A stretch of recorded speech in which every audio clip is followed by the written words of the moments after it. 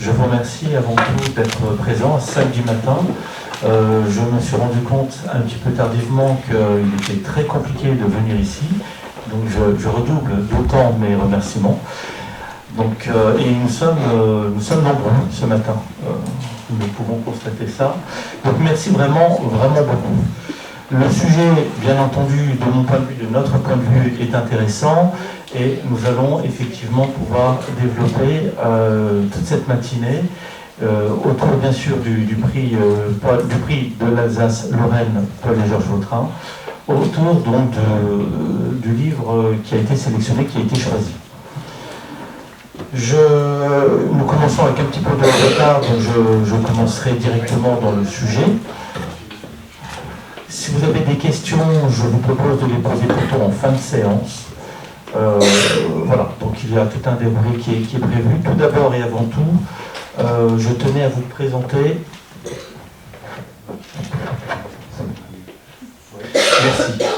Merci. Je tenais à présenter, bien entendu, le prix...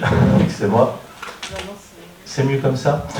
Le prix de l'Alsace-Lorraine, Paul et Georges Vautrin. Donc ce prix est avant tout destiné à favoriser la recherche historique, bien sûr, et spécialement universitaire, ce qui explique le choix du lieu et la composition du jury.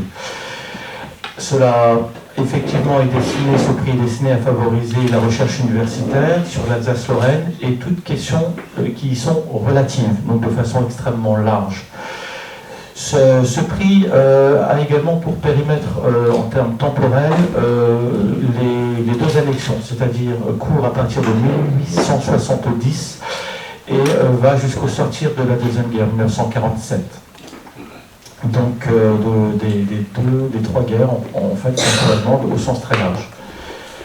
Christiane Vautrin, ici présente, donc ma mère, qui finance ce prix, a souhaité la création de ce prix de l'Alsace-Lorraine, d'abord et avant tout comme un acte de souvenir pour une période qui est extrêmement difficile, qui a été extrêmement difficile pour nous tous, pour nos parents, nos grands-parents, nos arrière-grands-parents, pour une période également qui a été extrêmement riche en événements, qui est porteuse d'enseignement, surtout dans cette période actuelle, selon moi, effectivement, et dans laquelle, bien sûr, s'inscrivent les actions de son père Georges et de son grand-père Paul Vautrin. Donc c'est bien pour ça que vous retrouvez la référence de Paul et Georges Vautrin dans ce prix de l'Alsace-Lorraine. Ce prix s'appuie sur un jury dont les membres ici présents sont tous, et n'en doutez pas, je n'en doute pas bien entendu, d'excellent niveau, d'excellente facture. Je vous présenterai les membres du jury dans un instant, qui sont donc toutes des personnes reconnues dans leur matière, d'abord et avant tout l'histoire, et qui sont intéressées par notre histoire locale. Merci beaucoup. Est-ce que vous m'entendez toujours aussi bien? Et même mieux peut-être, sans grésillement. Merci beaucoup. Voilà. Le comité d'historicité européenne de la Lorraine est également membre du jury. Et donc se joint à nous. Merci Nicole. Merci à vous. Et je remercie d'autant plus Nicole qui bénéficie d'une actualité extrêmement récente, puisque Nicole est membre du conseil municipal de Metz depuis la semaine dernière. Voilà.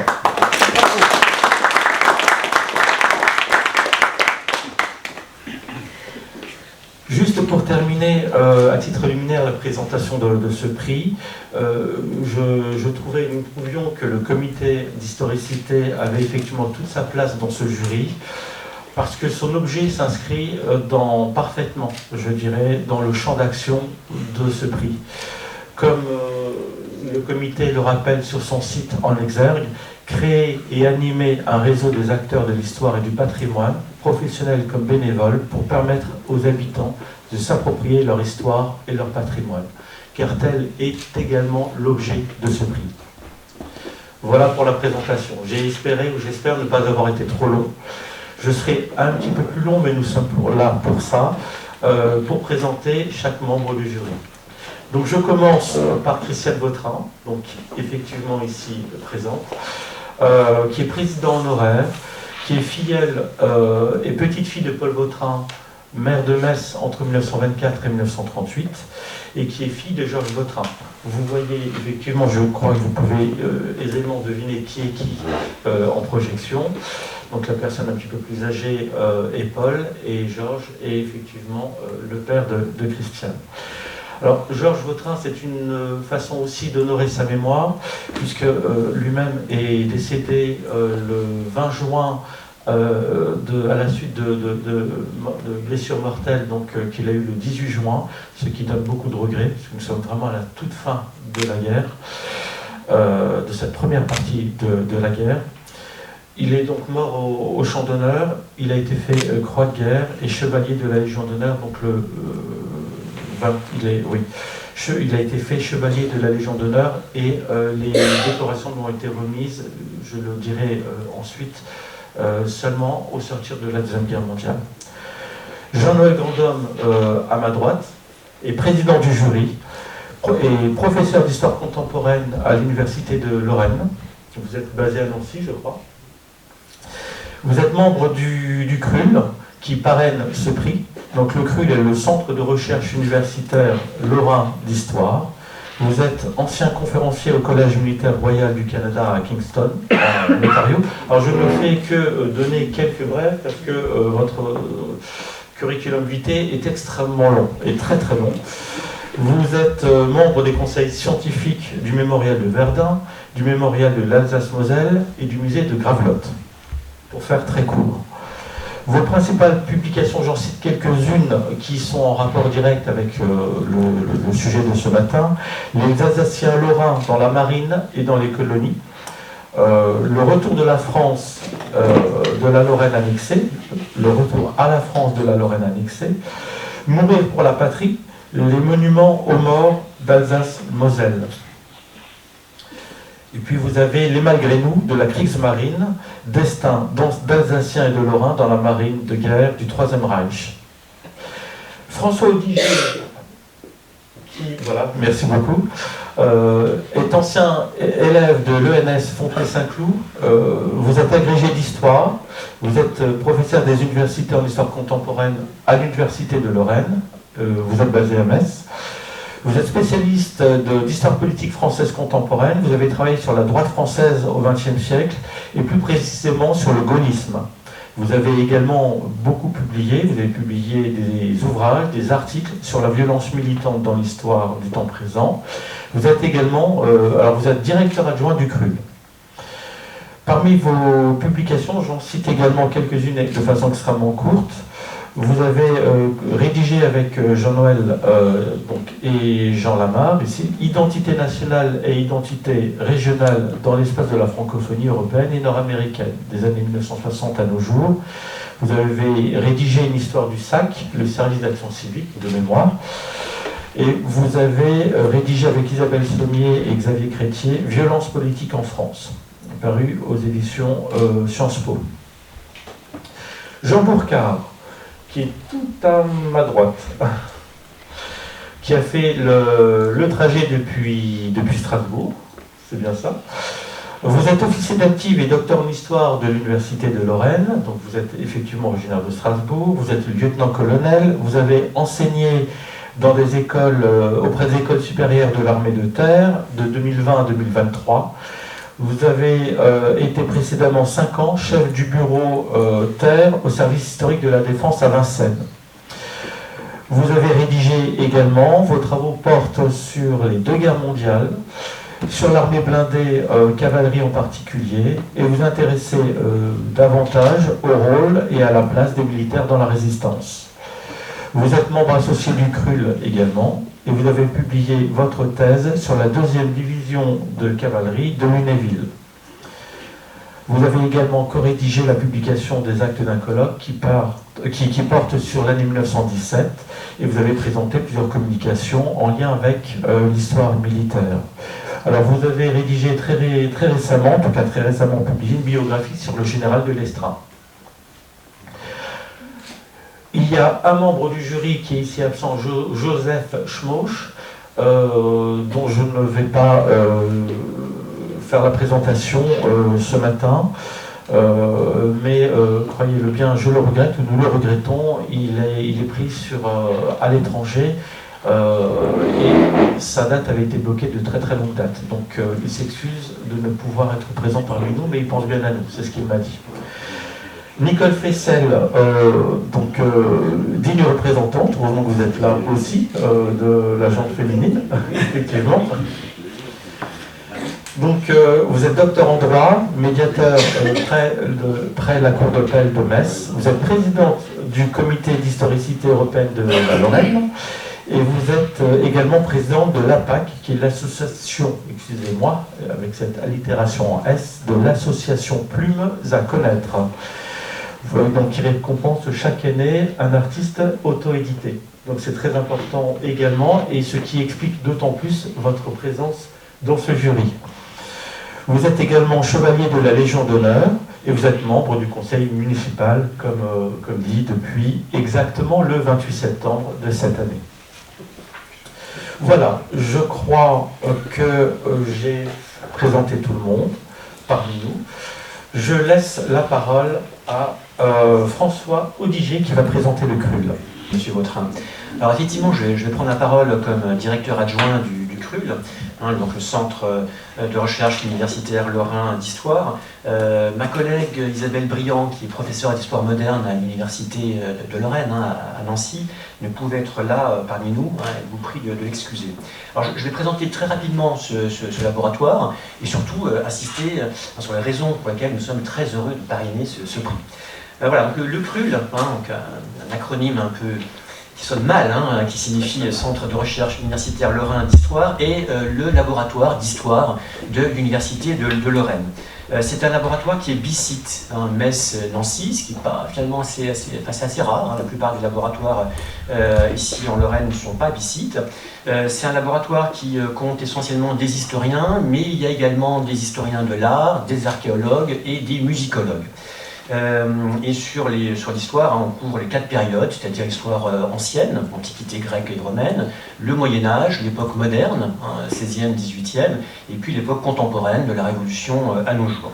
Alors c'est un laboratoire qui, comme tous les centres de recherche universitaires, a pour vocation de soutenir la recherche scientifique via l'organisation de manifestations scientifiques, colloques, journées d'études, séminaires, le soutien à des publications, qu'elles soient collectives ou individuelles, comme celle de la thèse de Francis Brantôme, l'appui également à des programmes de recherche de type MSH, Maison des sciences de l'homme, donc là c'est des recherches qui sont pluridisciplinaires, ou ANR. Et puis bien sûr on soutient également l'organisation de soutenance de thèse. Alors c'est par ailleurs, c'est important, surtout aujourd'hui, le CRUL a vocation de permettre une diffusion des acquis de la recherche auprès du grand public. Concrètement, ça se passe par des conférences, des universités diverses, des expertises scientifiques qu'on apporte auprès de collectivités locales. C'est la participation de membres du laboratoire à des salons d'histoire, je pense à celui de Voipy par exemple.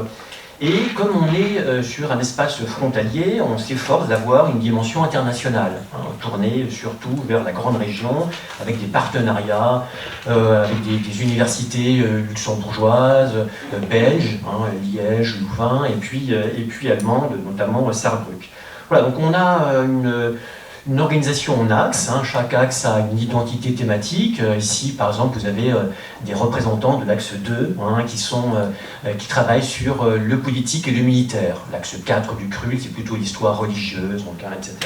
En termes de chiffres, je vais être très rapide, c'est un laboratoire qui compte une 50aine d'enseignants-chercheurs, encore une fois sur les 4 disciplines, qui a une 40aine de membres associés, une petite 60aine de doctorants, ce qui est assez important, et puis une poignée d'émérites. Alors, j'en arrive à l'essentiel. Pourquoi le laboratoire, le CRUL, est si heureux et si fier de parrainer ce prix?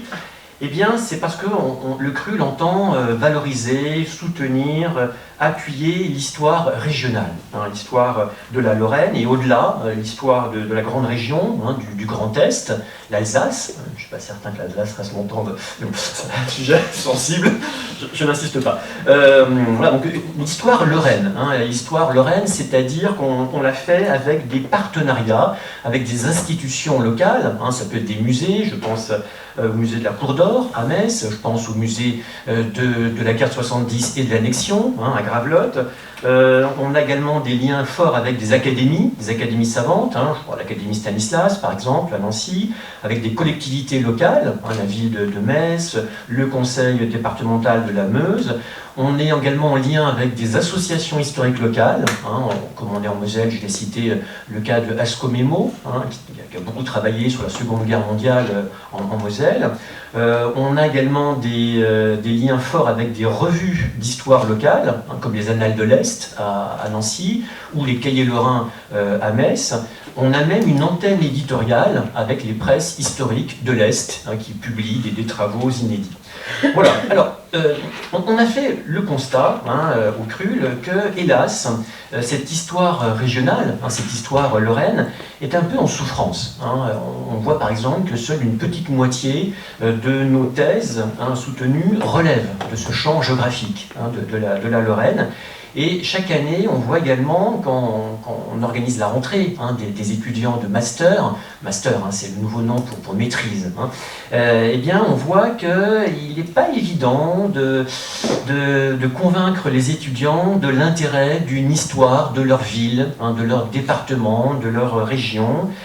Beaucoup se projettent davantage sur une histoire nationale et de plus en plus sur une histoire internationale.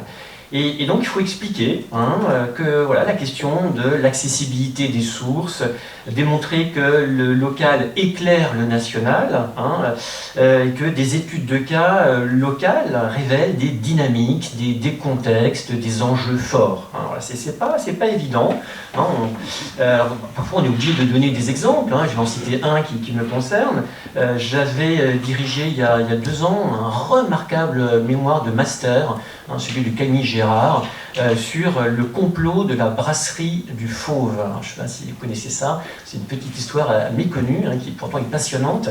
Hein, Camille Gérard, étudiante de Master 1 puis de Master 2 à Metz, avait, à partir d'archives policières, judiciaires et de la presse locale, était revenue sur ce complot, hein, qui voit une poignée de Messins profiter de l'arrivée de la Wehrmacht en juin 40 à Metz pour s'emparer, donc tenter de s'emparer de l'hôtel de ville et ce faisant devenir les interlocuteurs privilégiés des nouvelles autorités allemandes. Hein, bon, l'opération capote, mais voilà. Donc, et elle avait éclairé cela en montrant un portrait de groupe, hein, c'était absolument remarquable, une typologie, hein, où elle séparait les vrais idéologues, hein, les futurs collaborateurs convaincus par le nazisme, et puis une poignée d'escrocs opportunistes. Hein, donc un remarquable portrait de groupe, passionnant, servi par une plume, hein, très élégante, une écriture parfois en roman policier, enfin, c'est absolument remarquable, et son mémoire va être publié, hein, dans ces presses historiques de l'Est. Donc tout ça pour vous dire que l'histoire régionale, hein, l'histoire de la Lorraine, l'histoire régionale, c'est pas une petite histoire en réalité, hein, c'est simplement une grande histoire, mais appliquée à une petite échelle, hein, ce qui est encore autre chose. Voilà.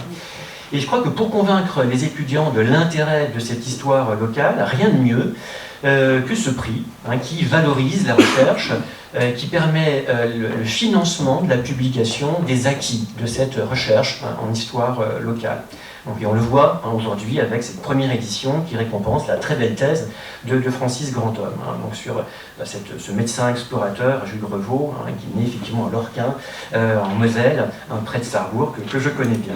Donc je finirai en remerciant, hein, monsieur Vautrin de cette très belle initiative. Je vous redis tout mon plaisir, hein, que j'ai à siéger parmi vous dans ce jury, et je réaffirme le soutien fort et pérenne de mon laboratoire à ce prix. Voilà. Merci beaucoup.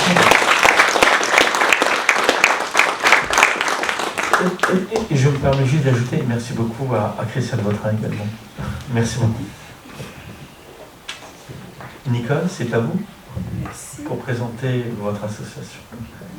Merci, bonjour à tous et un grand merci à la famille Vautrin, par l'intermédiaire de Jean-Christophe, que j'ai connu il y a quand même très peu de temps finalement, lors d'une réunion, une séance officielle à l'Académie nationale de Metz, et où il m'a parlé de ce très très beau projet qui finalement m'intéresse à double titre. Le titre tout d'abord en effet du comité d'historicité européen de la Lorraine, sur lequel je reviendrai parce que le terme est souvent encore resté barbare ici à travers les Messins qui me rencontrent en disant pourquoi historicité et non pas histoire. Alors deux mots sur l'anecdote.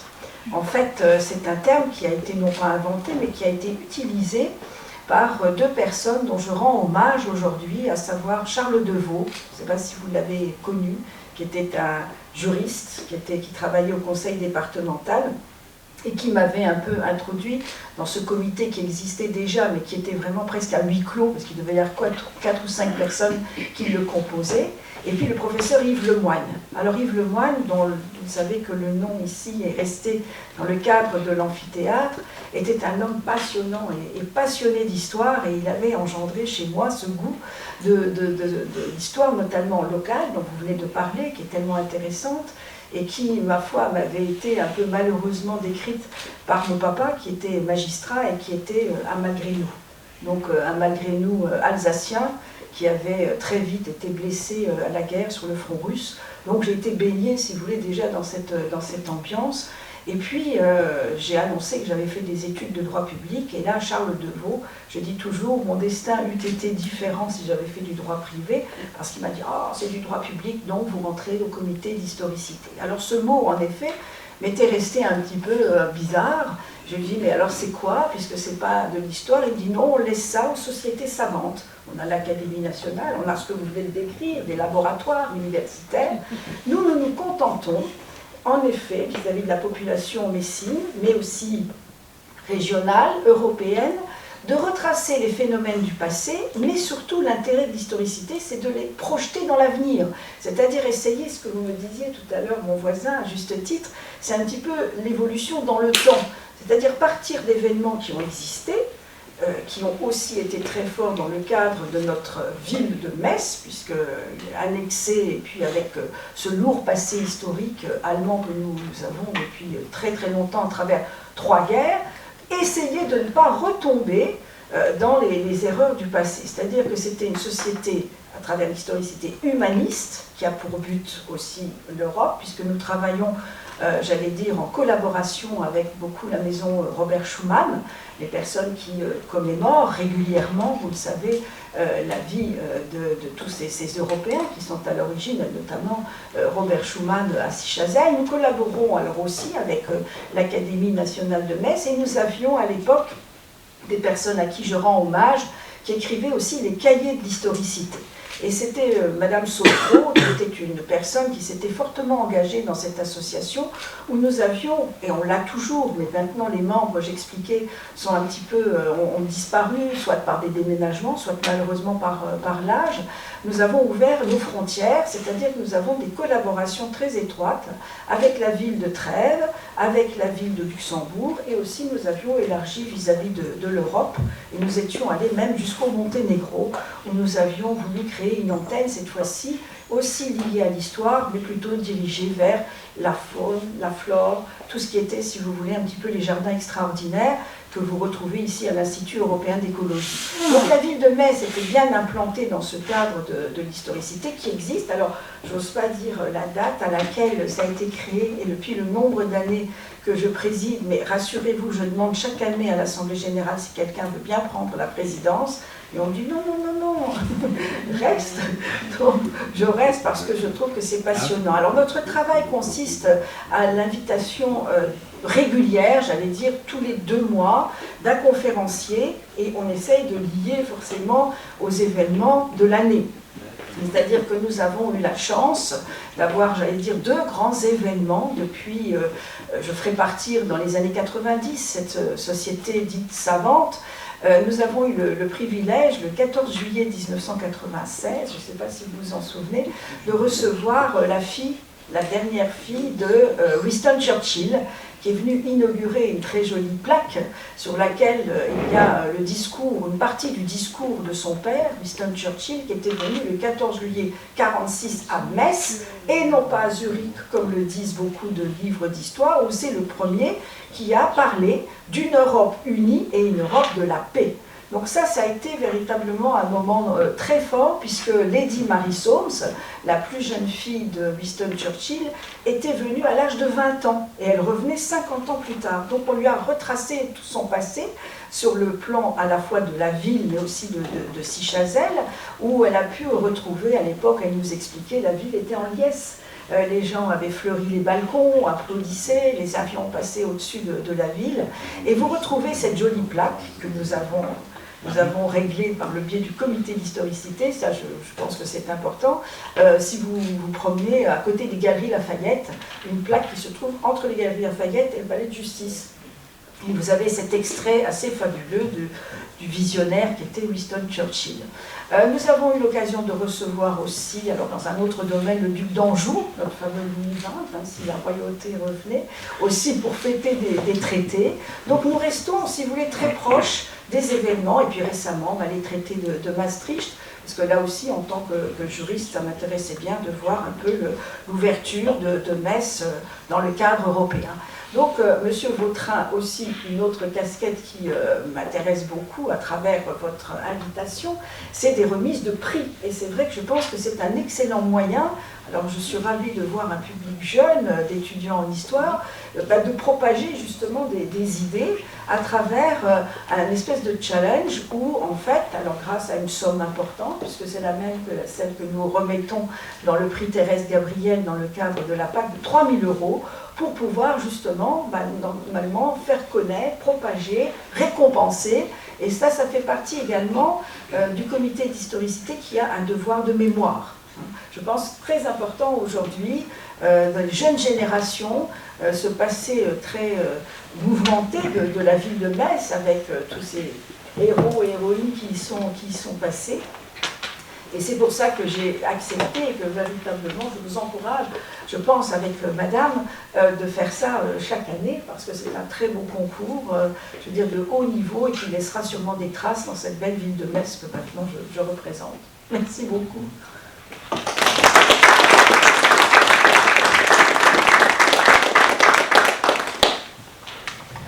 C'est à vous. Bien, alors, comme vous l'avez tous entendu, le prix est dédié à Paul et Georges Vautrin. Donc nous allons évoquer ces deux personnages, Monsieur Jean-Christophe Vautrin et moi. Je vais pour ma part parler de Paul. Donc d'abord, je voudrais remercier moi aussi la famille Vautrin, donc Madame Vautrin, Monsieur Vautrin, pour avoir eu l'initiative de ce prix qui récompense un chercheur pour la première fois cette année. Et peut-être que dans cette salle se trouvent de futurs lauréats. Je pense notamment à nos étudiants qui un jour peut-être feront une thèse et pourront bénéficier de ce prix, notamment pour la publication, parce que on ne le sait pas toujours, mais non seulement on ne gagne rien avec les livres qu'on publie, mais au contraire, il faut payer pour pouvoir les publier. C'est ça. Très bien. Alors, Paul Vautrin, c'était donc un maire de Metz, comme cela vous a été dit. Il est né à Tragny, dans le canton de Pange, en 1876, dans une famille paysanne relativement aisée. Donc, quelques années seulement après l'annexion de cette partie de la Lorraine par l'Allemagne, en vertu du traité de Francfort. Il a exercé d'abord comme instituteur dans différents établissements, notamment l'établissement Sainte-Croix à Metz.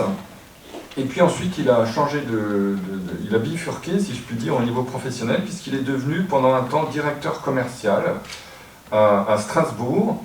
Mais il est revenu à Metz après avoir épousé en 1904 Mélanie Metzger, donc un nom qui la rapproche de la ville de Metz, évidemment, qui était la fille d'un cafetier ce café se situait près de la cathédrale. Alors, il a changé encore de métier, il est devenu cafetier, mais c'était un cafetier, le Café de la Lune, qui était fréquenté par la classe politique et par le milieu associatif essentiellement francophone, parce que On en est un peu revenu là-dessus sur la ségrégation complète entre la société française et la société allemande à l'époque de l'annexion. On sait très bien qu'il y avait aussi des gens qui se parlaient, qui vivaient ensemble, mais tout de même, à Metz plus qu'à Strasbourg, ça c'est sûr, il y avait ces lieux où on n'admettait pas les Allemands, de manière officieuse en tout cas. Je pense par exemple à la Lorraine Sportive, une association où on ne faisait pas que du sport, ou le Souvenir français que les Allemands ont toléré pendant quelques années en Moselle annexée, et où évidemment on ne trouvait pas beaucoup de descendants d'immigrés allemands. Paul Vautrin s'est initié à la politique, il s'est rendu compte que ça l'intéressait, et il est devenu conseiller municipal de Metz en mai 1914. Donc il appartenait au bloc lorrain. Alors le bloc lorrain, c'est une espèce de succursale du Zentrum allemand, c'est-à-dire le parti catholique, mais qui tenait à son identité lorraine. Donc il n'était mélangé ni avec les Allemands, ni avec les Alsaciens, mais qui se défendait des idées proches, certain conservatisme et défense du catholicisme, dans un empire allemand dominé par les protestants. Arrive la guerre, donc ce conseil municipal n'a pas eu le temps de véritablement siéger, et Paul Vautrin, donc, qui était né en 1876, était encore mobilisable, mais plus dans les classes qui ont été envoyées directement sur le front.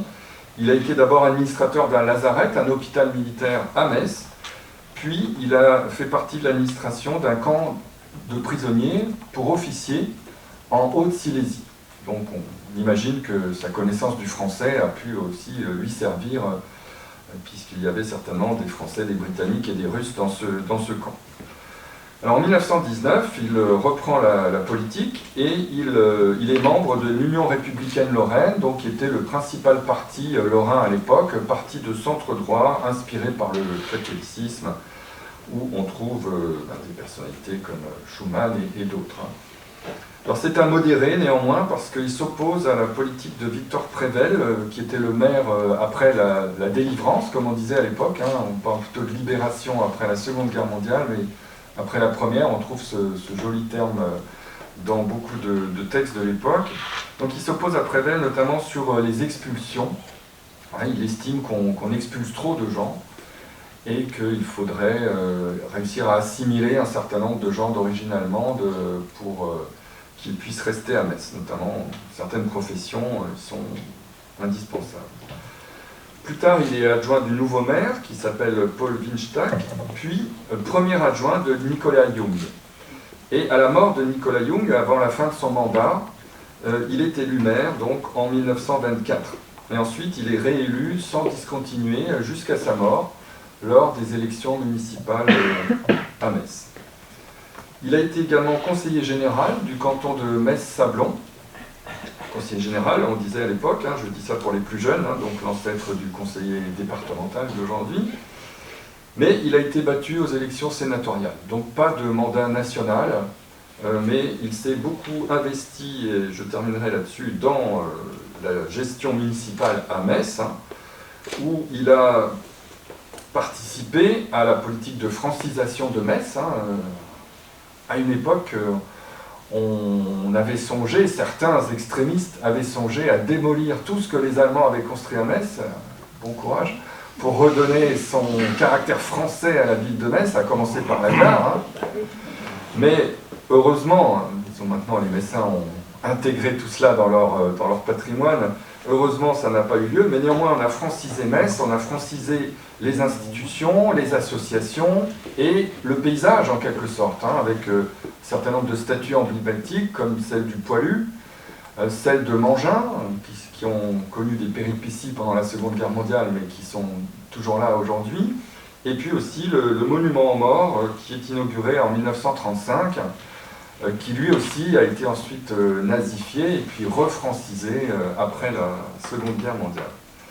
Il s'est également beaucoup battu pour les classes modestes, en développant l'habitat social, en lien avec son idéologie, entre guillemets, catholique sociale, l'encyclique Rerum Novarum, enfin ce parti Union républicaine lorraine s'inspirait largement de l'enseignement de la papauté dans ce domaine.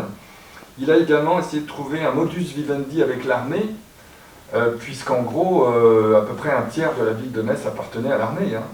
Donc, lorsqu'on voulait construire des immeubles bon marché, comme on disait à l'époque, il fallait parfois racheter des terrains. Bon, c'était pas toujours très facile. Et puis, il a également aménagé l'île du Saucy, où nous nous trouvons. Il a participé, il a lancé des travaux de canalisation de la Moselle, il a développé les écoles.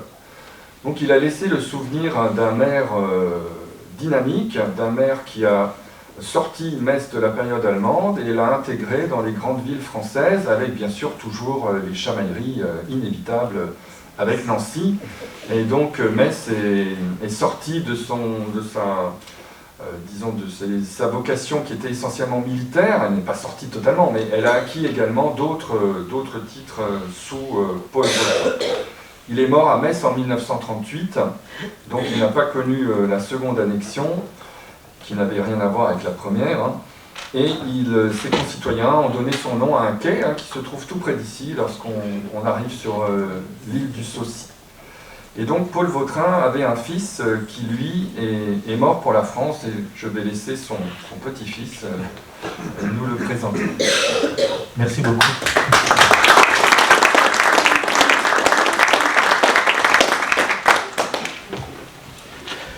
Merci beaucoup. Georges Vautrin est né le 24 mai 1906 à Metz, donc de Paul Vautrin et de Mélanie Metzger, comme vous l'aviez dit un instant plus tôt. Il avait une petite sœur, André Vautrin. Ils sont... Alors, je le dis en clin d'œil aussi à Nicole, ils avaient vécu à ce moment-là, à cette époque-là, au 10 quai de la Gare, c'est bien ça? Rue de la Gare, pardon. Oui, effectivement, puis ensuite au 12 rue aux Ours. Jusqu'à son décès, effectivement, jusqu'au décès donc, des différentes personnes de la famille. C'est un véritable messin. Il a fait ses études à Metz au collège Saint-Clément, à l'époque où le bâtiment, l'établissement s'est situé encore derrière la préfecture. Il a fait ensuite ses études de droit à Nancy, au GEC, au groupe des étudiants catholiques, qui a pris fin d'ailleurs, l'association a mis fin à son existence il y a très peu de temps, de mémoire il y a 2 ans, après 99 ans d'existence. Donc à l'époque, le GEC c'était l'endroit où les bonnes familles de Metz et de Nancy se retrouvaient, effectivement. Et la faculté de droit se trouvait exactement, et c'est toujours le cas aujourd'hui, sur le même trottoir que le GEC. Donc c'était effectivement extrêmement facile. Donc de retour à Metz, après ses études de droit, Paul, en fait, n'a pas souhaité reprendre la gestion de la Lune, mais il a voulu devenir assureur. Donc il a été inspecteur d'assurance. Il était, d'un point de vue plus personnel, c'était ce qui m'avait été dit en personne, bon danseur, doté de sens de l'humour, et il vivait également dans une certaine insouciance. Pourquoi? Parce qu'avec son père et sa famille, il avait quand même des facilités, il avait ses entrées à la mairie de Metz, et mon grand-oncle, Roger Gauthier, d'ailleurs, disait de lui, le qualifiait ou disait de lui qu'il était le roi des oiseaux à cette époque-là. Donc, pour vous donner cette image que j'ai toujours en tête. Il revenait souvent à Trény, c'est le village de la famille d'origine, où, avec sa famille et ses amis, où il avait toujours leur maison longtemps conservée, des terrains agricoles bien sûr, et des bois. Et comme il était bon cavalier, c'est toujours à ces moments-là qu'il faisait du cheval et des sorties. Il se marie à Simone Pierron, donc ma grand-mère, contre l'avis des parents respectifs, c'est-à-dire contre l'avis des Vautrin et contre l'avis des Pierron. Tout simplement, dans le contexte, Alfred Pierron était alors le plus grand propriétaire exploitant de bois en Lorraine, et il avait financé des opposants politiques de Paul. Donc, au niveau des enfants, c'était un moment qui était compliqué et qui pouvait paraître compliqué. Donc, les Vautrin ont finalement accepté l'idée du mariage. Marie-Clotilde Drôme, dit Mariette Piron, s'est également rallié à l'idée du mariage. Effectivement, donc tout ceci se retrouve dans les actes de mariage que nous avons à la maison. C'est pour ça que je peux l'affirmer assez simplement. Mais Alfred Piron est toujours resté sur sa position initiale. Et d'ailleurs, si tous étaient présents, Vautrin comme Piron à la cérémonie, Alfred Piron, le jour du mariage à la mairie, Alfred Piron n'y était pas, et aucun Piron n'était présent à la cérémonie de mariage, qui s'était déroulée à Metz le 1er août 1933. C'est Gabriel Ocard, d'ailleurs, à l'époque premier adjoint de Paul Vautrin, qui les a mariés. Voilà, je passe. Donc de cette union naît Christiane, qui s'y présente, et sa petite sœur Nicole, un an plus tard. L'année suivante, en 1938, Paul décède de maladie, comme vous l'avez dit.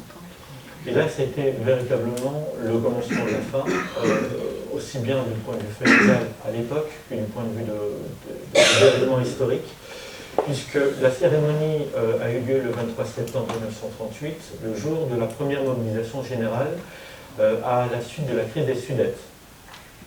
Donc Georges, ce qui explique, notamment sur l'une des photos, où l'on voit Georges Vautrin et Roger Gauthier, qui sont en tête de cortège. Ce jour-là, il y avait beaucoup de monde, une grande foule et beaucoup d'officiels.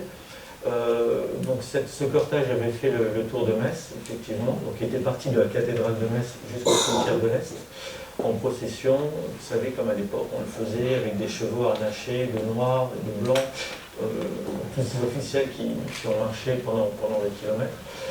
Et au fur et à mesure du cortège, les jeunes hommes de moins de 40 ans qui étaient mobilisables partaient, ainsi qu'un certain nombre d'officiels. Donc ça, c'était ce qui était resté effectivement dans la mémoire collective et dans la mémoire familiale, bien sûr. Lors de la seconde mobilisation de 1939, donc Georges, qui aurait pu être exempté en raison de ses charges de famille, puisqu'il avait quand même 2 enfants de 2 ans et 3 ans, eh bien, s'est engagé à Metz. Il a été affecté à la 256e compagnie du train hippomobile, et il a été affecté à la ligne Maginot. Alors qu'effectivement il semblait relativement protégé, il fut exposé à l'ennemi, donc à l'ennemi allemand. Selon son épouse, donc Simone, qui m'avait raconté ce qui lui avait été dit bien des années plus tard, bien sûr, il était avec sa section qu'il avait décidé de protéger. En tant que lieutenant, il était lieutenant, il aurait pu effectivement demander à quiconque d'être un éclaireur ou d'aller effectivement au-devant de l'ennemi. Il a décidé de le faire lui-même et de le faire seul. Il a donc traversé les bois, c'était dans les Vosges à Bruyères, et donc il s'est mis à découvert. Et c'est là où il a été effectivement, il a été tué. Alors il n'a pas été tué immédiatement, il est mort des suites de ses blessures. Il a été mortellement blessé le 18 juin et il est mort 2 jours plus tard. Il a été enterré, vu le contexte, sur place, directement donc à Bruyères. Et ce n'est que... et donc il a été fait chevalier, fait chevalier de la Légion d'honneur et il a reçu la Croix de guerre. En tant que tel, ces décorations, il ne les a pas eues, ou sa famille ne les a pas eues de suite, toujours eu guerre de contexte. Et ce n'est qu'au sortir de la Deuxième Guerre, je crois, je n'en suis pas sûr, en 1946, une fois que la famille est revenue, donc Simone, maman, Nicole, la famille. Et c'est en place de la République que le général de Lattre de Tassigny a remis les deux décorations aux 2 enfants en présence de leur mère. Voici pour la courte ou rapide biographie de Georges. Voilà, donc nous passons à la suite et au morceau de choix donc de ce matin. Donc cela concerne la présentation de l'œuvre et donc surtout du choix de l'œuvre. C'est M. Gourka qui va nous faire cette présentation. Merci, donc je vais...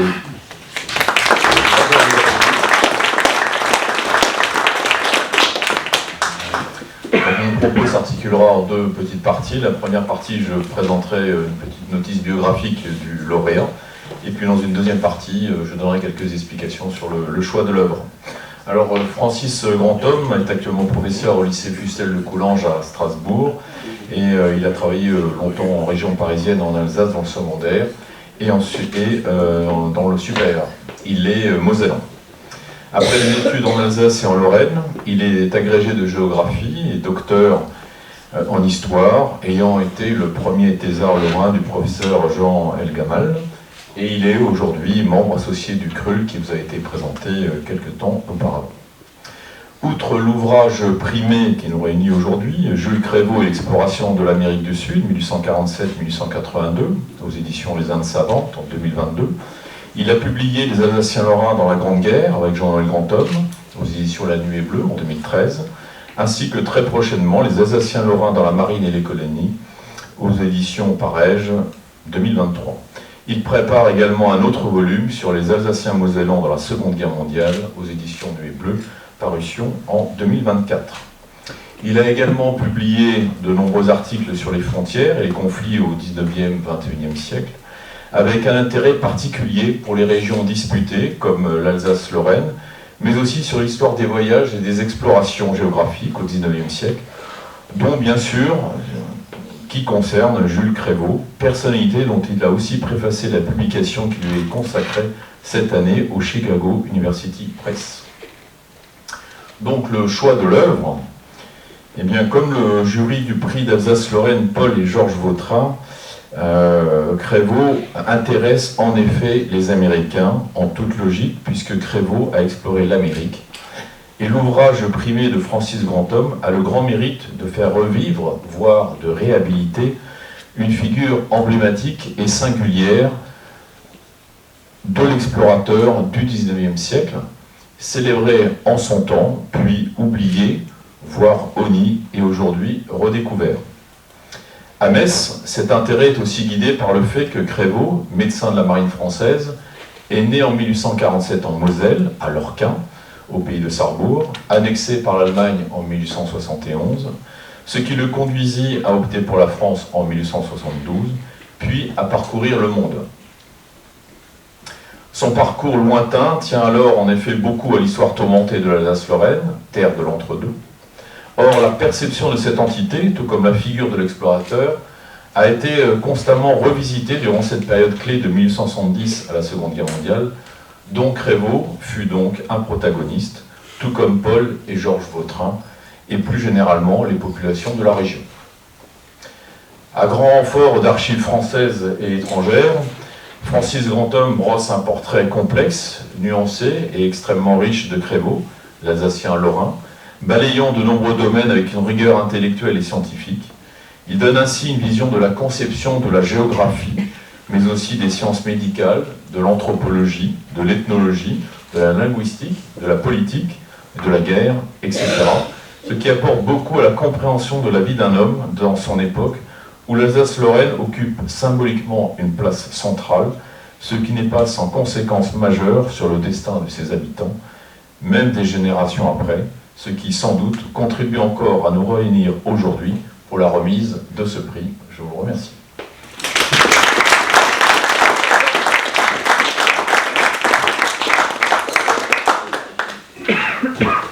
Francis, la parole est à vous. Merci.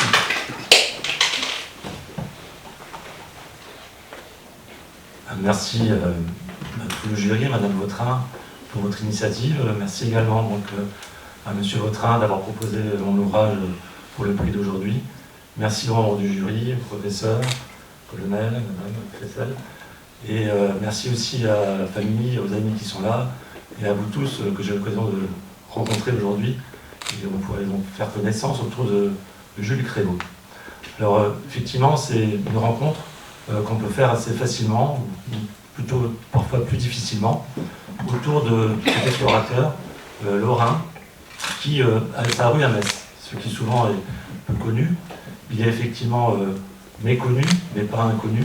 Sa rue se trouve dans le quartier de Plantière-Peleux, dans le lotissement de Tivoli, dans un espèce de quartier d'explorateurs, de botanistes aussi, comme Alexandre Gondron, qui est également le nom qu'on peut lui associer non pas seulement à Metz, mais à Nancy, où à Nancy se trouve aussi son buste, sa fontaine, dans l'ancien jardin botanique qui porte justement aujourd'hui le nom de jardin Dominique-Alexandre Gondron, vers la porte Sainte-Catherine. Il a aussi sa rue à Nancy. Il a également une école dans son village natal, en plus de sa rue à Lorquin, en Moselle. On retrouve aussi une rue Crévaux à Paris. C'est une station Vélib connue des Parisiens du 16e arrondissement, vers l'avenue Foch. C'est aussi une rue qui est connue, en tout cas le nom Crévaux, plus récemment, parce que c'est là qu'avait élu domicile Maurice Leblanc, à un moment donné. Et c'est donc la seule adresse connue d'Arsène Lupin. Il y a aussi son buste ailleurs, en Bretagne, à Brest, grand port de guerre, mais également de l'autre côté de l'Atlantique. On est à La Plata, à droite sur la photographie, donc dans la province de Buenos Aires, en Argentine.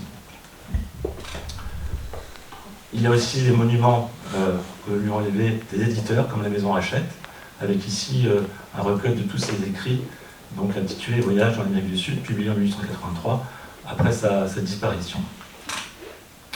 Alors moi j'ai fait la rencontre de Crévaux dans le journal, le Républicain Lorrain, enfin pas tout à fait, dans les années 1980, donc pour le centenaire de sa disparition, où ça faisait écho à finalement des récits aussi familiaux, où au pays de Sarrebourg, beaucoup de familles, dont certaines ici présentes, connaissaient évidemment ce personnage, dont le souvenir avait été transmis au moins oralement de génération en génération, comme ici donc à l'école de Lorquin.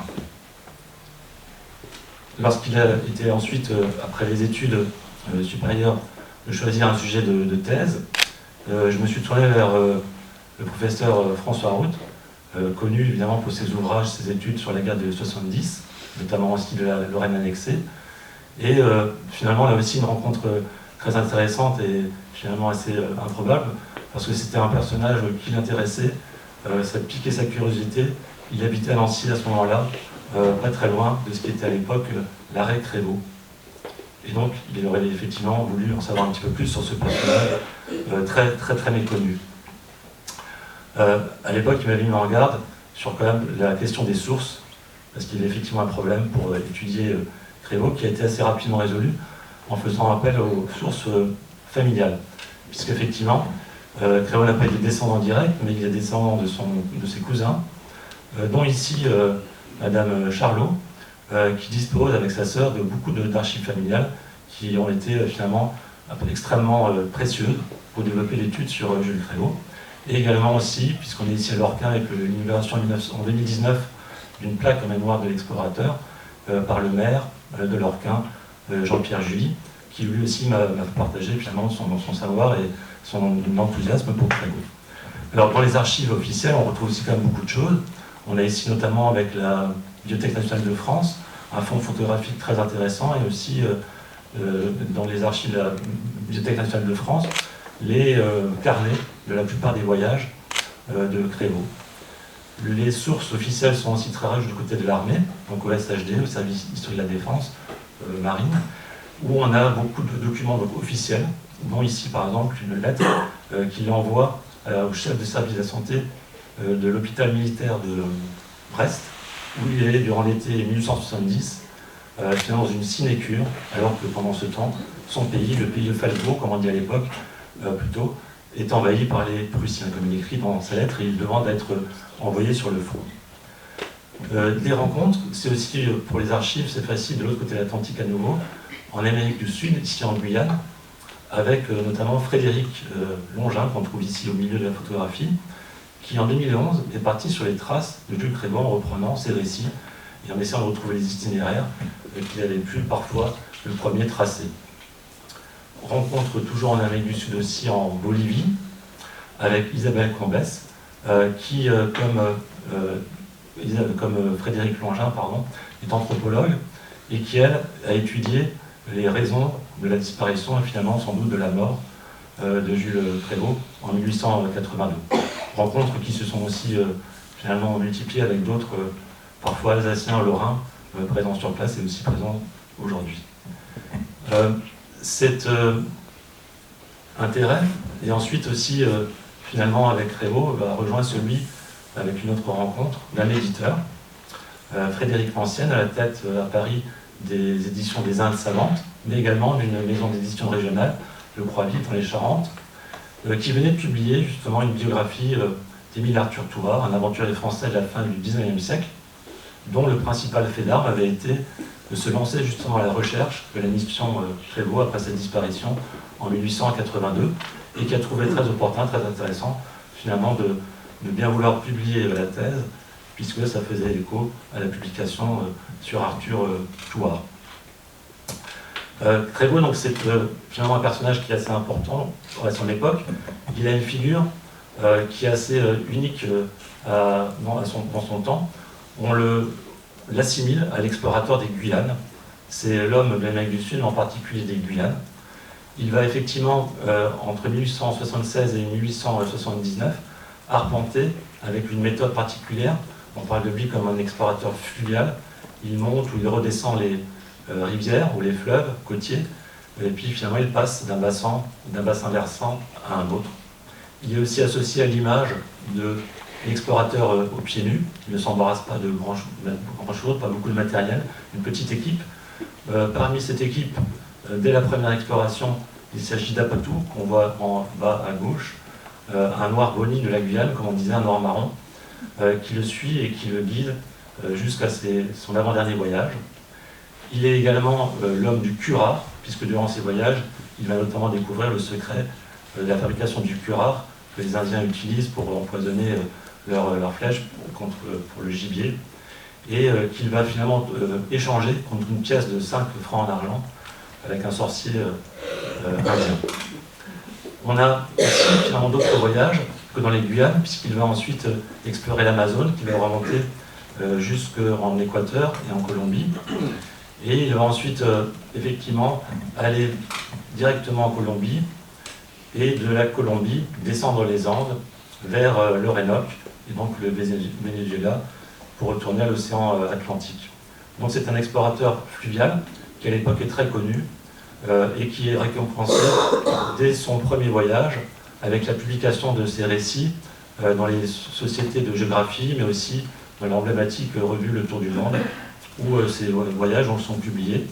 Il est également honoré et décoré de la Légion d'honneur, notre récompense.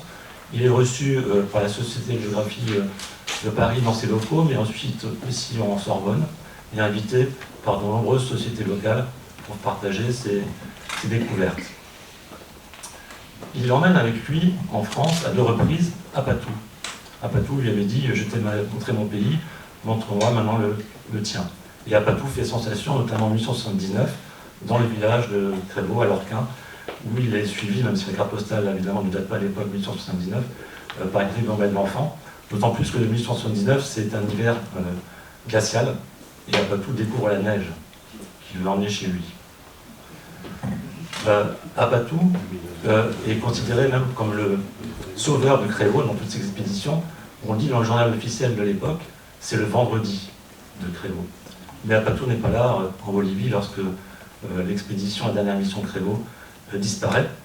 Donc le 27 avril 1882, sans doute massacré par les Indiens Toba. Pourtant, l'expédition avait bien commencé puisqu'il avait préparé sur le fleuve Pilcomayo qu'il voulait descendre jusqu'à Asunción au Paraguay pour finalement atteindre l'Atlantique. On voit ici les protagonistes de ce qui pourrait être finalement aussi les responsables de la mort de Crévo.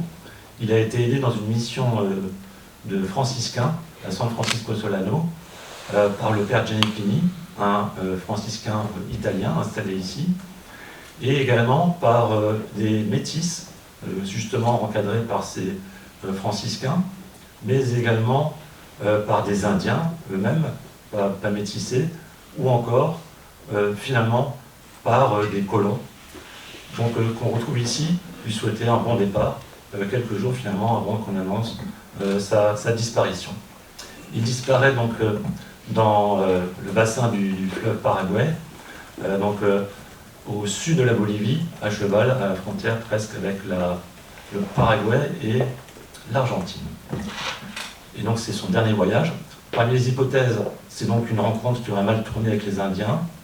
ça pourrait être aussi finalement ces métis qui sont souvent un peu en marge de la société, une région qu'on appelle à l'époque souvent la Petite Afrique de l'Amérique du Sud, ou encore le Far West sud-américain. Donc c'est une zone un peu de non-droit, où il y a effectivement toutes sortes de trafics que Crévo aurait peut-être pu finalement gêner. Une dernière hypothèse, c'est celle finalement de l'imprudence, puisque Crévo a une devise, c'est un peu de chance, et il est souvent intrépide dans ses descentes de fleuve, ne sentant pas le danger. On pense aussi parfois qu'il a plutôt lui-même contribué à sa propre perte par son imprudence dans ce contexte qui était quand même assez particulier. Alors Crévo, c'est donc un Lorquinois, on l'a dit, Lorquin donc annexé en 1871, désormais appelé Lorchingen en Alsace-Lorraine ou Alsace-Lothringen, un village donc du sud-est mosellan actuellement, à l'époque chef de canton de la Meurthe, un village agricole mais aussi un bourg avec toutes sortes d'activités, notamment les tanneries et également d'autres activités liées au travail du bois. C'est un village lorquin qu'il aime beaucoup puisqu'il va baptiser en Amérique du Sud, en Guyane précisément, un sommet des Tumucumac, à l'époque une montagne mythique, il va le baptiser Mont Lorquin. Dans cette jungle luxuriante, puisqu'on est finalement dans la forêt amazonienne. Cette forêt amazonienne va justement être transformée par Crévo en enfer vert. Ce n'est plus l'Eldorado qu'on va chercher, c'est cet enfer vert avec cette nature dangereuse, et c'est ici la célèbre scène de l'attaque d'Apatou par un caïman, qui montre aussi que tout ça est une mise en scène. Le premier dessin, on voit qu'effectivement un caïman sort sa gueule de l'eau, mais qu'Apatou finalement part de danger. Sur la publication du Tour du Monde, Apatou manque de tomber à l'eau et d'être dévoré. Si on continue quelques mois plus tard, ou années plus tard, puisque c'est en 1979, on voit ici dans le voyage une emblématique publication de l'époque, que Apatou, tombé à l'eau, est finalement sauvé par Crévo. Au début du XXe siècle, en 1912, ce n'est pas un caïman, c'est toute une ribambelle. Et bien sûr, c'est le fusil de Crévo qui sauve Apatou. Alors cette mise en scène, on la voit aussi avec la photographie qui finalement est à l'origine de la couverture de l'ouvrage primé aujourd'hui, qui a été prise d'abord au Brésil, au Pará, par un photographe, Fidenza, puis transformée par Ryu, donc un des grands dessinateurs de l'époque, et mis au goût du jour finalement par l'éditeur du Tour du Monde, Édouard Charton, pour faire correspondre finalement la réalité au goût, notamment pour finalement l'exotisme des Européens et en particulier des Français de l'époque. Et on a aussi rajouté finalement un compagnon qui n'est pas Apatou, mais un autre guide au début de ses explorations d'origine indienne, Savabodi, en position par contre inférieure, passive, par rapport à l'explorateur lui-même, debout, et finalement posant face au photographe. On retrouve ça aussi par rapport à la figure qu'on peut donner des indigènes et des Indiens en particulier, où ici une emblématique représentation d'un Inca Carigena finalement a été faite à partir d'une photographie d'un métis de Bolivar au Venezuela, qui n'a donc rien de ces Indiens qu'on s'imagine finalement vus d'Europe, et qui est un paisible sans doute paysan vénézuélien. Alors tout ça, c'est évidemment parce qu'on est dans un contexte qui est aussi celui des publications de récits d'aventure plus ou moins réels, notamment des récits de Jules Verne. Et souvent, ce sont les mêmes dessinateurs, les mêmes éditeurs qui sont à la manœuvre. Et Jules Verne est en particulier inspiré par les récits et les dessins aussi qui accompagnent les récits de voyage de Jules Crévo pour publier La Jangada, donc une remontée de l'Amazone, ou le superbe Orénoque. Et on retrouve des scènes qui ressemblent beaucoup, puisqu'effectivement, c'est l'inspiration des dessinateurs entre la réalité et la fiction. On retrouve ça aussi pour finalement la mise en scène de l'explorateur et de son savoir scientifique, où une scène où il observe avec un théodolite finalement le relief, il fait un relevé du relief, correspond à une photographie qui a été prise à Cayenne, chez un photographe, ensuite transposée dans un paysage entre guillemets naturel par le talent des dessinateurs européens. Cette propagande, finalement, ou cette mise en scène, concerne aussi sa mort. On a vu avant qu'il avait été assailli par une foule d'Indiens. Le premier dessin qui le représente, c'est pas du tout la même chose quand même, et il se défend, en tout cas ses compagnons se défendent avec un pistolet. Quelques années plus tard, c'est une foule effectivement d'Indiens qui l'assaillent, et par derrière. Donc finalement, l'Européen, le civilisé, ne peut être vaincu, la civilisation ne peut être vaincue que par la traîtrise. Sinon, c'est finalement la supériorité de la civilisation européenne qu'on met ici en avant. Crévo, en fait, est surtout un explorateur qui va avoir une mission économique et politique, c'est celle de relever les ressources des terrains qu'il explore. Il va faire beaucoup de photos des forêts, il va relever également les matières premières qu'on pourrait retrouver, comme ici, les noisettes du Irapura, qui est un affluent du haut Amazone.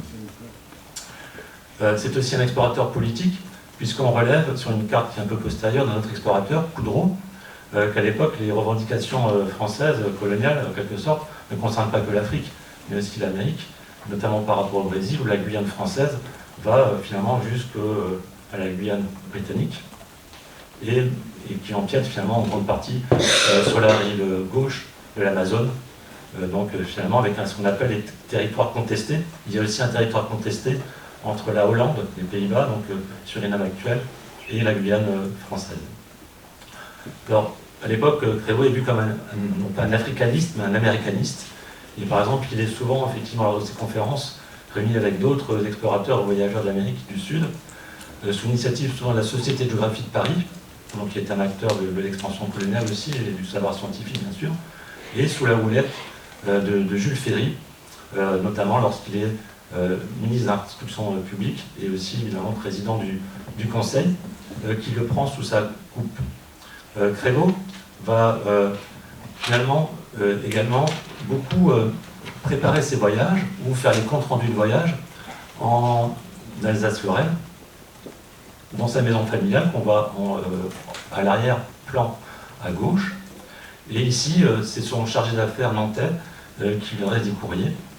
Et donc tout ça, finalement, dans le contexte qu'on évoquait avant, de revanche de la France par rapport à l'Allemagne, parce qu'il n'est pas exactement la politique de Jules Ferry, justement, mais aussi finalement de tensions quand même régulières entre les deux pays.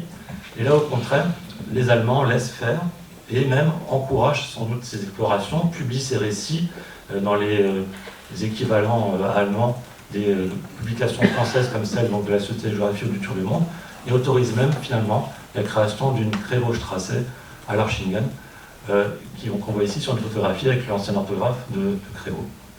Alors, pourquoi évidemment? Parce que c'est pour détourner sans doute la France de l'idée de revanche et de la conduire finalement vers une expansion coloniale où elle pourrait se heurter davantage à l'autre rival, l'Angleterre. Bon, la revanche est un mythe finalement, et c'est ce qu'on peut voir ici avec son buste à Fontaine à Nancy, où il est complètement noyé dans les branches de ce saule pleureur, et on sent qu'il n'intéresse, l'impression qu'il n'intéresse plus personne. Il intéresse encore finalement les enfants, en tout cas on les y intéresse, puisque les enfants peuvent par exemple trouver des images du docteur Crévo, dans le chocolat poulain notamment et dans d'autres friandises. Il devient une figure civique, l'exemple finalement de l'explorateur, des intéressés, scientifiques, et aussi donc finalement des valeurs françaises que justement Ferry et ses successeurs veulent souvent mettre en avant par rapport à la civilisation allemande qui serait plus marquée par la brutalité par rapport à l'universalisme de la Troisième République. Alors les enfants ou Crévo, c'est aussi finalement Tintin, où Hergé, vu sa génération, a lu le Tour du Monde, a été inspiré par ces grands dessinateurs de la fin du 19e, début 20e siècle. Et dans leur éducation en particulier, on retrouve des scènes qui s'inspirent beaucoup finalement de celles du Tour du Monde. Et donc à la fois les dessins pour les dessinateurs et parfois le récit de Crévo. Un Singilou qui manque d'être mangé par un boa peut renvoyer à Toutou, le chien d'Apatou, qui manque d'être mangé par un boa, avant que finalement, n'étant pas remonté assez vite sur la barre, soit abandonné par Crévo. Il n'y a pas le même attachement entre Milou et Tintin et Apatou, mais les scènes se retrouvent là. Ça pourrait même être le fameux Ridgewell, ce savant explorateur disparu, qu'on associe souvent plutôt avec les écrits de Fleming à Percy Fawcett, donc l'explorateur britannique disparu dans le bateau Rousseau. Mais le problème, c'est qu'on voit la chevelure, tout le monde la connaît, je pense, la barbe, la chevelure de Ridgewell, alors que Percy Fawcett était chauve.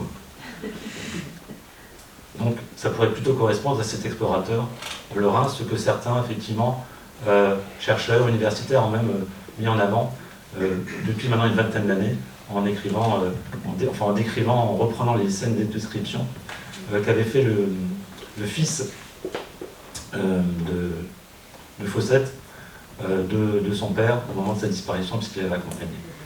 Alors, ce sont peut-être aussi des racontars qu'on voit ensuite avec d'autres aventuriers qui racontent avoir retrouvé des traces de Fawcett et du monde perdu, mais aussi parfois des traces de Crévaux dans les années 1940-1950. Les écrits peut-être plus sérieux sur Crévaux débutent vraiment pour le centenaire de sa disparition, avec la réédition de ses récits, ceux qui avaient été publiés dans tout le monde, puis par la maison Hachette, chez Bayer Phébus, intitulé donc Le Mendiant de l'Eldorado, pour le premier volume, et également l'intérêt à l'époque, notamment ici, dans le Figaro, de Dominique Bonnat, aujourd'hui académicienne, qui voit en lui l'ancêtre de Lévi-Strauss, qui pourtant haïssait les explorateurs. Alors pourquoi? Parce que, effectivement, quand même, Crévaux est un explorateur un peu à part. Il s'intéresse à l'ethnologie, effectivement, même si à l'époque, on ne peut pas vraiment encore parler d'ethnologie, parce qu'il s'intéresse aux peuples qu'il visite, aussi bien donc aux Noirs marrons, comme on dit de la Guyane, qui sont quand même très majoritaires déjà à l'époque, qu'aux Indiens, et ici à leur travail, notamment de poterie. On retrouve justement des objets qu'il a ramenés, qui sont très nombreux, plus de 500 au musée du Quai Branly, mais aussi par exemple ici au musée Barrois, ou aussi au musée aquarium de Nancy. Et donc on retrouve ici sans doute ce qu'on voyait juste à l'instant sur l'image précédente. Il s'intéresse aussi donc aux Indiens et en général au peuple qu'il rencontre, et finalement il se fait accepter d'eux parce qu'il a une approche particulière.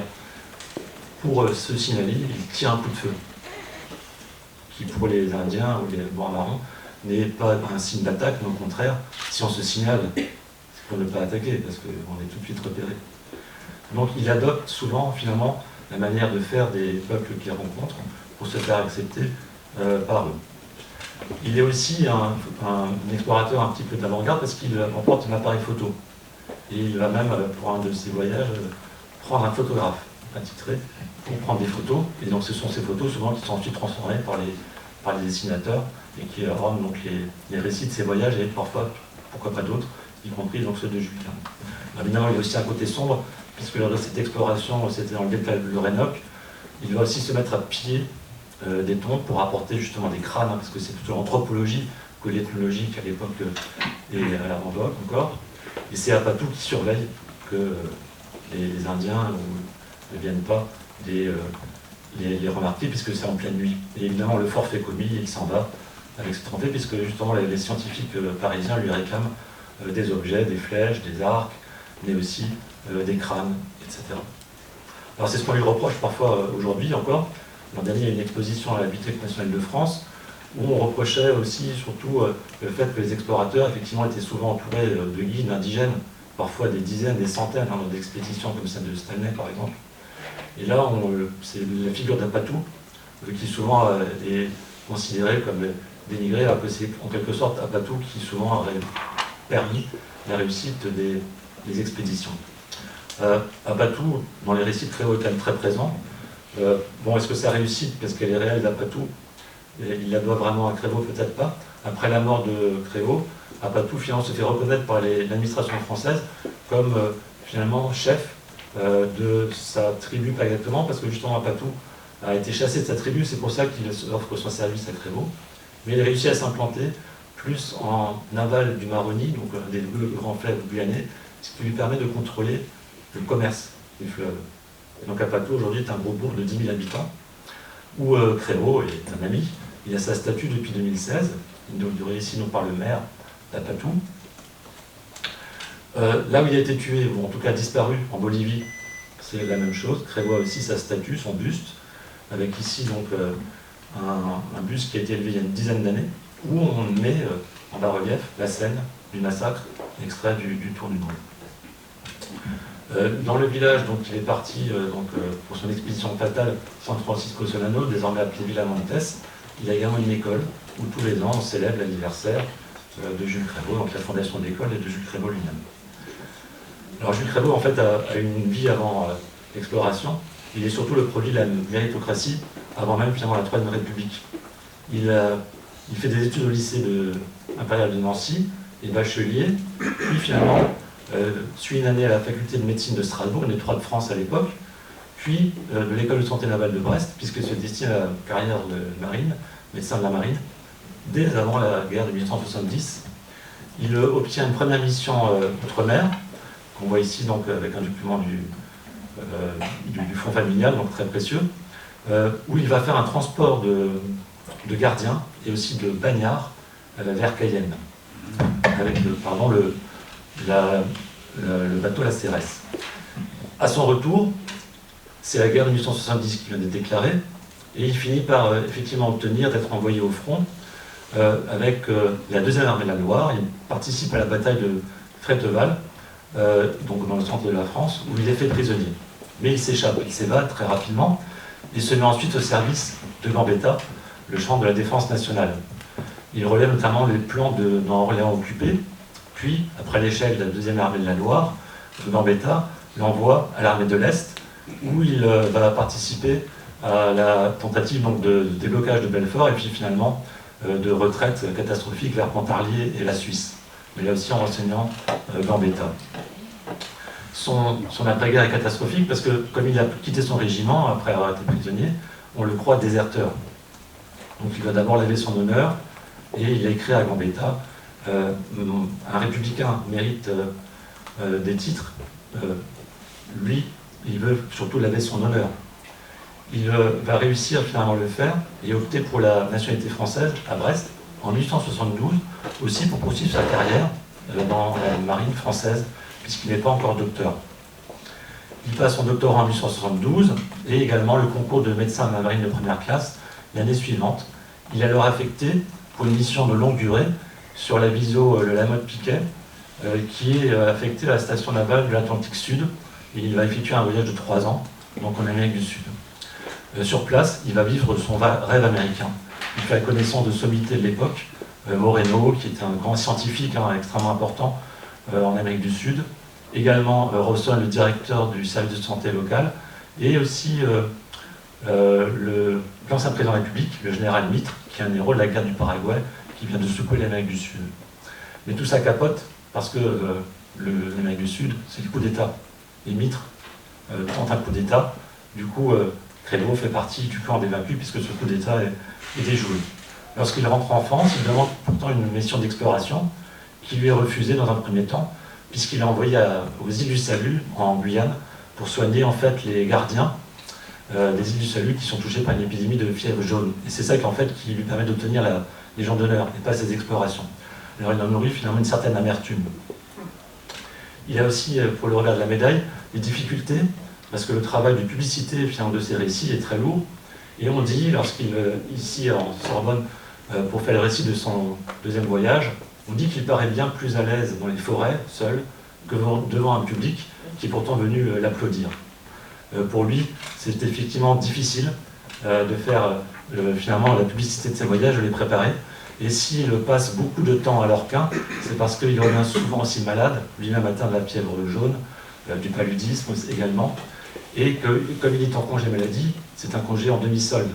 Donc il ne veut pas non plus finalement se loger autrement que dans la famille. Et donc là on voit par exemple des échanges avec Hansel, qui finalement est un cartographe, et donc il s'échange les cartes, finalement les ébauches de cartes à partir des relevés, puis la carte définitive avant la publication. Et donc c'est aussi notamment pendant ce fameux hiver 1879, extrêmement glacial, où il dit qu'il se retrouve reclus à Lorquin dans un froid sibérien. Alors c'est justement un petit peu la problématique de l'Alsace-Saint-Lorrain qui a du mal à trouver sa place dans la société après la défaite de 1871, à la fois souvent mis en avant, et puis parfois qui se retrouve dans les faits à l'écart. La dernière expédition justement fatale, on peut dire que c'est une expédition d'Alsacien-Lorrain. Elle fait la une des journaux à son départ, et elle est par exemple ici composée donc, de Créleau lui-même, mais aussi à sa droite de Didelot, en fait Pailleur Didelot, qui essaie ainsi, en allant à l'aventure, d'échapper à la conscription prussienne. Il y a aussi Ringel, qui est un dessinateur d'Alsace-Bossu, qui lui aussi également cherche à quitter l'Alsace-Lorraine et opte pour la France, ou voudrait opter pour la France.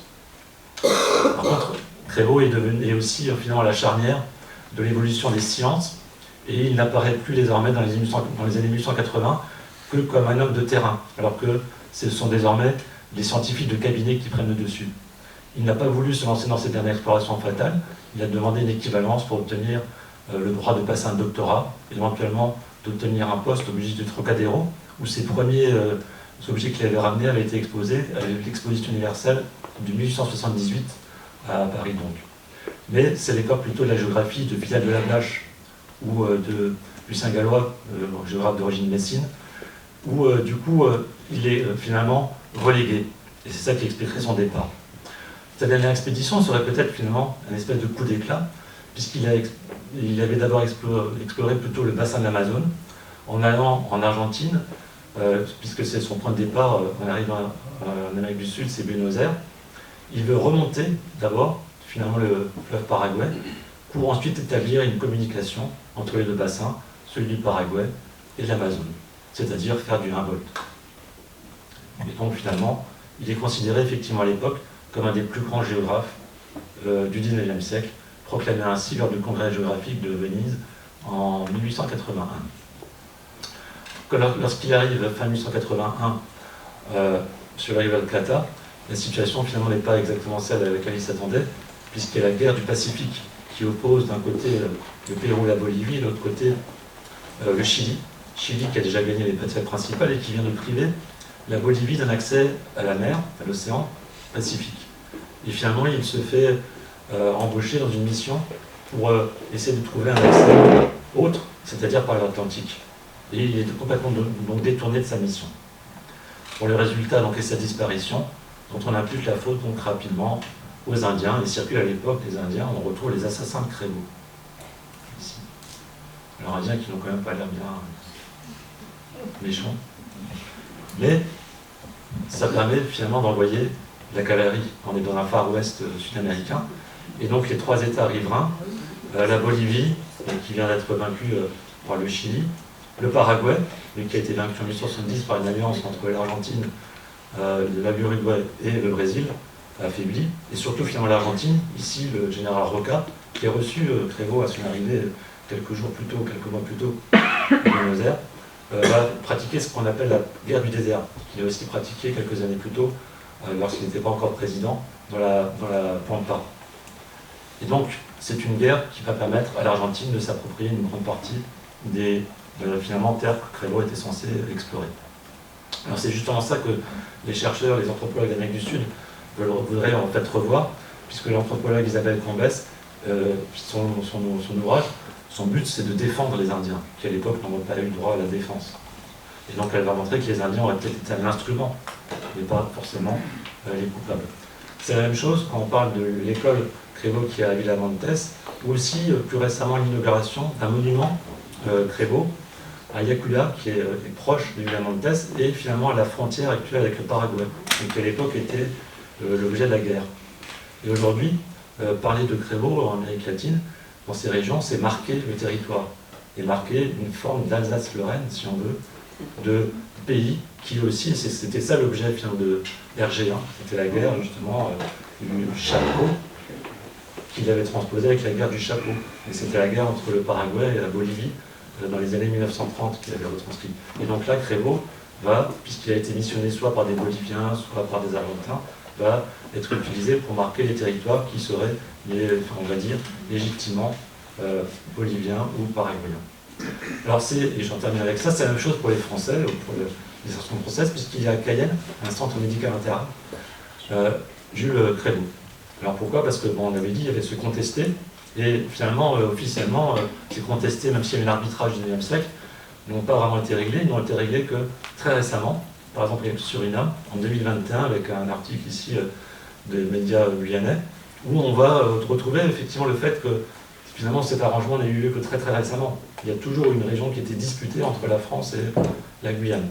Donc finalement le gouvernement français s'est rangé au but des Surinamais, et toutes les explorations de Crévo n'ont servi à rien, hein, puisque la rivière qu'il avait retenue comme étant la frontière entre à l'époque la France et les Pays-Bas n'a pas été retenue dans l'accord de 2021. Alors à travers finalement cette histoire, qui est donc aussi une histoire, on va dire, comme la famille Vautrin, on va retrouver à travers les 4 temps peut-être de Crévaux, et donc sa rue qui a été finalement dénommée à Metz seulement après la Seconde Guerre mondiale, dans les années 1950. On va retrouver un peu ce destin d'Alsacien lorrain, donc parfois sur plusieurs générations. Lui n'a pas eu de descendance, mais donc à travers simplement ses 4 vies. Donc le français qui veut faire carrière dans la marine, finalement, pour ne pas être un annexé, opte pour la France, mais l'option lui pose aussi des problèmes pour s'intégrer dans la société française. Il est ensuite finalement utilisé, puisqu'il est quand même une figure très représentative à l'époque et très connue, de l'Alsacien lorrain. Alors on dit quand même plutôt du lorrain à l'époque, mais il est évidemment utilisé par les uns et les autres, pour finalement mettre en avant, défendre la politique notamment des opportunistes de Jules Ferry, d'une mission civilisatrice. Et Crévaux y adhère parce que justement, en se lançant plutôt à la découverte ou à la redécouverte, puisque c'est le 19e siècle évidemment, l'Amérique du Sud, il ne va pas disperser les forces, on va dire, de la France, notamment militaires, comme en Afrique. Il va même dire, en dénigrant notamment un Brazza, ils se jettent tous sur l'Afrique. Moi j'ai fait de l'Amérique ma chose, parce que là c'est le progrès de la science, de la civilisation. Et on ne va pas pour autant finalement oublier la ligne bleue des Vosges. Alors finalement on peut aussi dire, parce que c'est comme ça qu'on le disait à l'époque, Crévaux est mort pour la France, il est mort en tout cas pour la science, mais sur un champ de bataille, contrairement à Georges Vautrin, un champ de bataille qui s'était choisi en Amérique du Sud, bien éloigné de Lorraine, mais finalement avec des problématiques assez proches. Je vous remercie.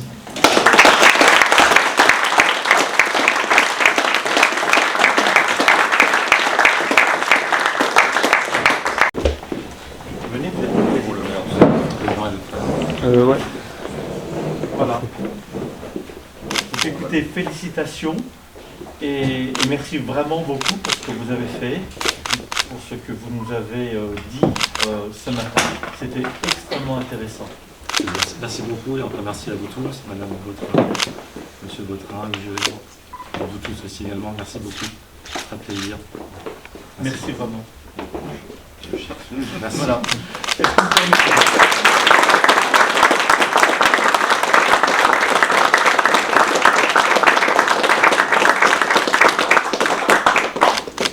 Est-ce que vous permettez juste de faire une photo avec Madame Vautrin? Bien sûr. Merci beaucoup. Oui.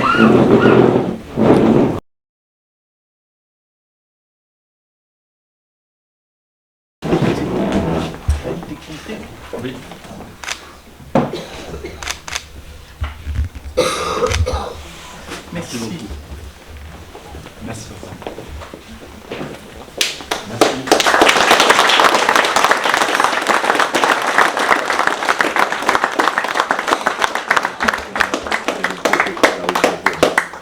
Quelques petits mots, juste pour vous dire, il y a une table de vente, justement sur un certain nombre d'œuvres locales, et notamment si vous souhaitez acquérir le livre donc, de Monsieur Grandhomme. Donc c'est juste derrière. Il y a également, vous pouvez vous asseoir, je vous vois, je vous remercie. Merci beaucoup. Je souhaitais également faire référence à Madame Lotte, Chantal Lotte, ici présente, qui a rédigé 2 très beaux articles sur Paul Vautrin, qui sont parus dans le prochain, est à paraître en octobre ou début novembre, je ne sais pas, oui c'est ça, dans la revue de l'association Renaissance du Vieux-Metz. Donc il y a eu un premier article qui est paru, le second, donc très, très bientôt. Donc voilà. Merci également à Chantal, enfin à Madame Lotte. Et puis, je crois que il est temps de passer à la collation, si vous voulez. C'est juste derrière. Voilà. Merci.